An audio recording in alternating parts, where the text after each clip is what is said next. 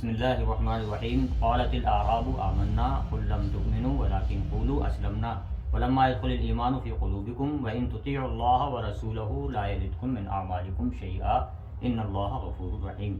دوستو یہ آیت نازل ہوئی تھی جب کچھ لوگ دیہاتی لوگ حضور پاک صلی اللہ علیہ وسلم کی خدمت میں حاضر ہوئے اور آ کر کے انہوں نے کہا کہ یا رسول اللہ ہم ایمان لے آئے، تو اللہ تعالیٰ نے یہ آیت نازل فرمائی قالت الاعراب آمنا، یہ دیہاتی لوگ کہتے ہیں کہ ہم ایمان لے آئے۔ قل، اے محمد صلی اللہ علیہ وسلم آپ ان سے کہہ دیجئے لم تؤمنوا، ابھی تم ایمان نہیں لائے، ولیکن قولوا اسلمنا، تم یہ کہو کہ ہم اسلام قبول کر لیا، ہم اسلام میں داخل ہو گئے۔ ولما يدخل الايمان في قلوبكم، ابھی ایمان تمہارے دلوں میں داخل نہیں ہوا۔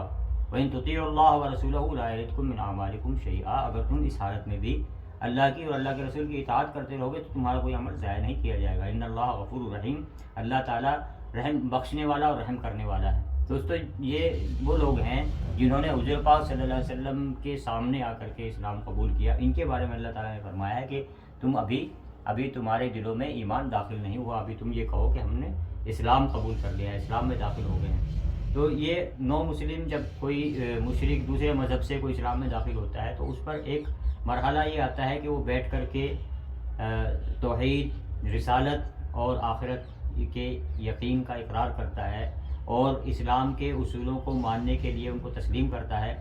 تو یہ مرحلہ ان پر گزرتا ہے، جو ہم لوگ جو مسلمان کے گھر میں پیدا ہوئے ہیں ہم پر یہ مرحلہ کبھی نہیں گزرتا۔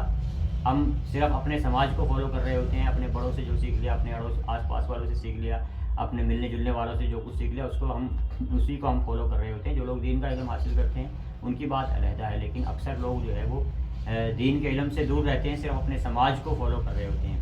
تو ایسے حالات میں ہمیں بھی اپنے آپ کو ٹٹول لینا چاہیے کہ ہم اسلام پر ہیں یا ہم ایمان پر ہیں یا ہم کس حالت میں ہیں۔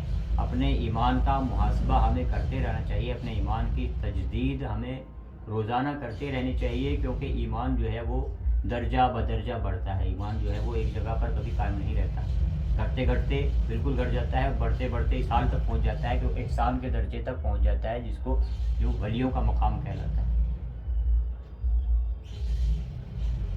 اللہ تعالیٰ عمل کو توفیق عطا فرمائے۔ فذكر